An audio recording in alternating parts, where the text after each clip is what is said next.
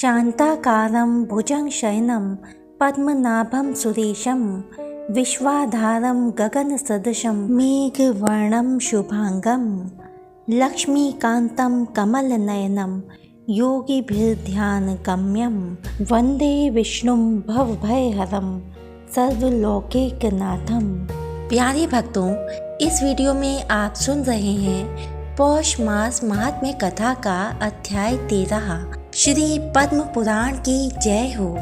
इस अध्याय में पद्म पुराण के खंड 1 से पितरों तथा श्राद्ध के विभिन्न अंग का वर्णन किया गया है।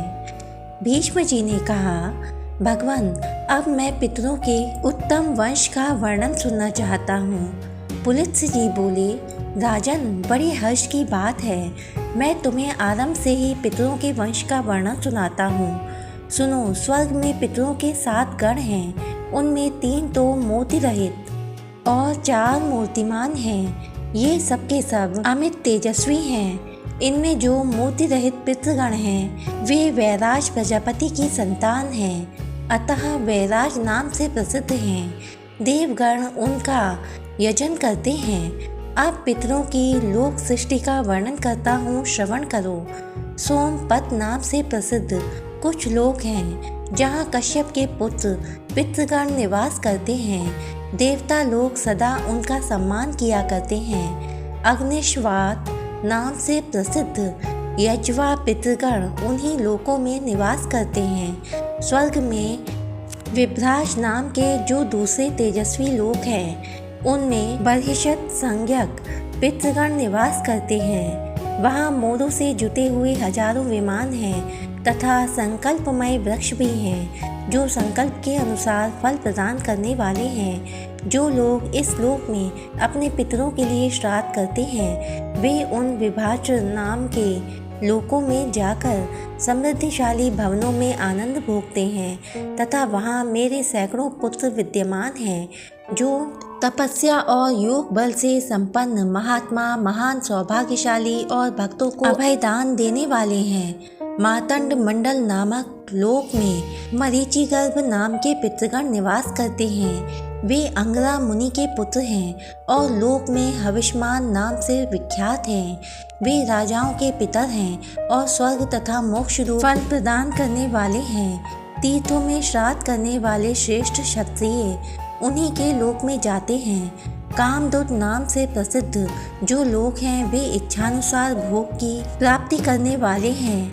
उनमें सुस्वध नाम के पितर निवास करते हैं। लोक में वे आच्यप नाम से विख्यात हैं और प्रजापति कर्दम के पुत्र हैं। पुलह के बड़े भाई से उत्पन्न वैश्यगण उन पितरों की पूजा करते हैं। श्राद्ध करने वाले पुरुष उस लोक में पहुंचने पर एक ही साथ हजारों जन्मों के परिचित माता, भाई, पिता, सास, मित्र, संबंधी तथा बंधुओं का दर्शन करते हैं।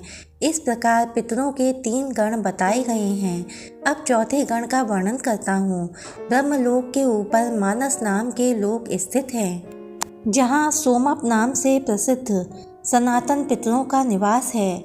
वे सबके सब धर्ममय स्वरूप धारण करने वाले तथा ब्रह्मा जी से भी श्रेष्ठ हैं। स्वधा से उनकी उत्पत्ति हुई है। वे योगी हैं, अतः ब्रह्म भाव को प्राप्त होकर सृष्टि आदि करके सब इस समय मान सरोवर में स्थित हैं। इन पितरों की कन्या नर्मदा नाम की नदी है जो अपने जल से समस्त प्राणियों को पवित्र करती हुई पश्चिम समुद्र में जा मिलती है। उन सोमप नाम वाले पितरों से ही संपूर्ण प्रजा सृष्टि का विस्तार हुआ है। ऐसा जानकर मनुष्य सदा धर्म भाव से उनका श्राद्ध करते हैं। उन्हीं के प्रसाद से योग का विस्तार होता है। आदि सृष्टि के समय इस प्रकार पितरों का श्राद्ध प्रचलित हुआ। श्राद्ध में उन सबके लिए चांदी के पात्र अथवा चांदी से युक्त पात्र का उपयोग होना चाहिए। स्वधा शब्द के उच्चारण पूर्वक पितरों के उद्देश्य से किया हुआ श्राद्ध दान पितरों को सर्वदा संतुष्ट करता है। विद्वान पुरुषों को चाहिए कि वे अग्निहोत्री एवं सोमपा ब्राह्मणों के द्वारा अग्नि में हवन कराकर पितरों को तृप्त करें। अग्नि के अभाव में ब्राह्मण के हाथ में अथवा जल में या शिव जी के स्थान के समीप पितरों के निमित्त दान करें। ये ही पितरों के लिए निर्मल स्थान है। पितृ कार्य के लिए दक्षिण दिशा उत्तम मानी गई है। यज्ञोपवीत को दाहिने कंधे पर धारण करके किया हुआ तर्पण, तिल दान तथा स्वधा के उच्चारण पूर्वक किया हुआ श्राद्ध ये सदा पितरों को तृप्त करते हैं। कुश, उड़द, साठी, धान का चावल, गाय का दूध, मधु, गाय का घी, सावा, अगहनी का चावल, जौ, तीना का चावल, मूंग, गन्ना और सफ़ेद फूल ये सब वस्तुएं पितरों को सदा प्रिय हैं। अब ऐसे पदार्थ बताता हूँ जो श्राद्ध में सर्वदा वर्जित हैं। मसूर, सन, मटर, राजमाश, कुल्थी, कमल, बिल्व, मदार, धतूरा, भेड़ बकरी का दूध, कैथ, महुआ और अलसी ये सब निषिद्ध हैं। अपनी उन्नति चाहने वाले पुरुष को श्राद्ध में इन वस्तुओं का उपयोग नहीं करना चाहिए। जो भक्ति भाव से पितरों को प्रसन्न करता है उसे पितर भी संतुष्ट करते हैं। वे पुष्टि, आरोग्य, संतान एवं स्वर्ग प्रदान करते हैं। पितृ कार्य देव कार्य से भी बढ़कर है। अतः देवताओं को तृप्त करने से पहले पितरों को ही संतुष्ट करना श्रेष्ठ माना गया है। कारण पितृगण शीघ्र ही प्रसन्न हो जाते हैं, सदा प्रिय वचन बोलते हैं, भक्तों पर प्रेम रखते हैं और उन्हें सुख देते हैं। पितर पर्वों के देवता हैं, अर्थात प्रत्येक पर्व पर पितरों का पूजन करना उचित है।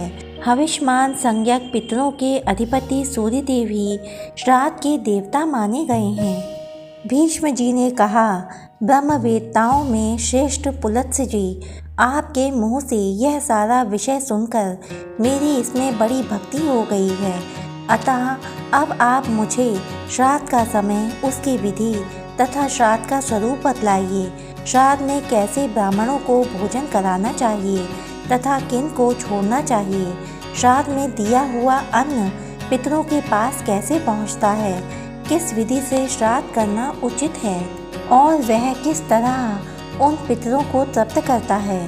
पुलत्स्य जी बोले, राजन, अन्न और जल से अथवा दूध एवं फल, मूल आदि से पितरों को संतुष्ट करते हुए प्रतिदिन श्राद्ध करना चाहिए। श्राद्ध 3 प्रकार का होता है, नित्य, नैमित्तिक और काम्य। पहले नित्य श्राद्ध का वर्णन करता हूँ। उसमें अर्घ्य और आवाहन की क्रिया नहीं होती। उसमें विश्व देवों को भाग नहीं दिया जाता। पर्व के दिन जो श्राद्ध किया जाता है उसे पार्वण कहते हैं। पार्वण श्राद्ध में जो ब्राह्मण निमंत्रित करने योग्य है उनका वर्णन कहता हूँ, श्रवण करो। जो पंचाग्नि का सेवन करने वाला स्नातक, त्रिसोपर्ण, वेद के व्याकरण आदि 6 अंगों का ज्ञाता, श्रोत्रिय का पुत्र, वेद के विधि वाक्यों का विशेषज्ञ, सर्वज्ञ, वेद का स्वाध्यायी, मंत्र जपने वाला, ज्ञानवान, तृणाचिकेत, त्रिमधुरे, अन्य शास्त्रों में भी परिनिष्ठित, पुराण का विद्वान, स्वाध्यायशील, ब्राह्मण भक्त, पिता की सेवा करने वाला, सूर्य देवता का भक्त, वैष्णव, ब्रह्मवेत्ता, योग शास्त्र का ज्ञाता, शांत, आत्मज्ञ, अत्यंत शीलवान तथा शिव भक्ति परायण हो, ऐसा ब्राह्मण श्राद्ध में निमंत्रण पाने का अधिकारी है। ऐसे ब्राह्मणों को यत्नपूर्वक श्राद्ध में भोजन कराना। श्राद्ध के पहले दिन अथवा श्राद्ध के ही दिन विनयशील ब्राह्मणों को निमंत्रित करें। निमंत्रण दिए हुए ब्राह्मणों के शरीर में पितरों का आवेश हो जाता है। वे वायु रूप से उनके भीतर प्रवेश करते हैं और ब्राह्मणों के बैठने पर स्वयं भी उनके साथ बैठे रहते हैं। किसी ऐसे स्थान को जो दक्षिण दिशा की ओर नीचा हो, गोबर से लीपकर वहां श्राद्ध आरंभ करें या गौशाला में या जल के समीप श्राद्ध करें। आहिताग्नि पुरुष पितरों के लिए खीर बनाए और यह कहकर कि इससे पितरों का श्राद्ध करूँगा, वह सब दक्षिण दिशा में रख दे। तदनंतर उसमें घृत और मधु आदि मिलाकर अपने सामने की ओर 3 पिंडदान की वेदियां बनाए। जल पात्र, कांस्य पात्र, प्रोक्षण, समिधा, कुश, तिल पात्र, उत्तम वस्त्र, गंध, धूप, चंदन, ये सब वस्तुएं धीरे धीरे दक्षिण दिशा में रखी।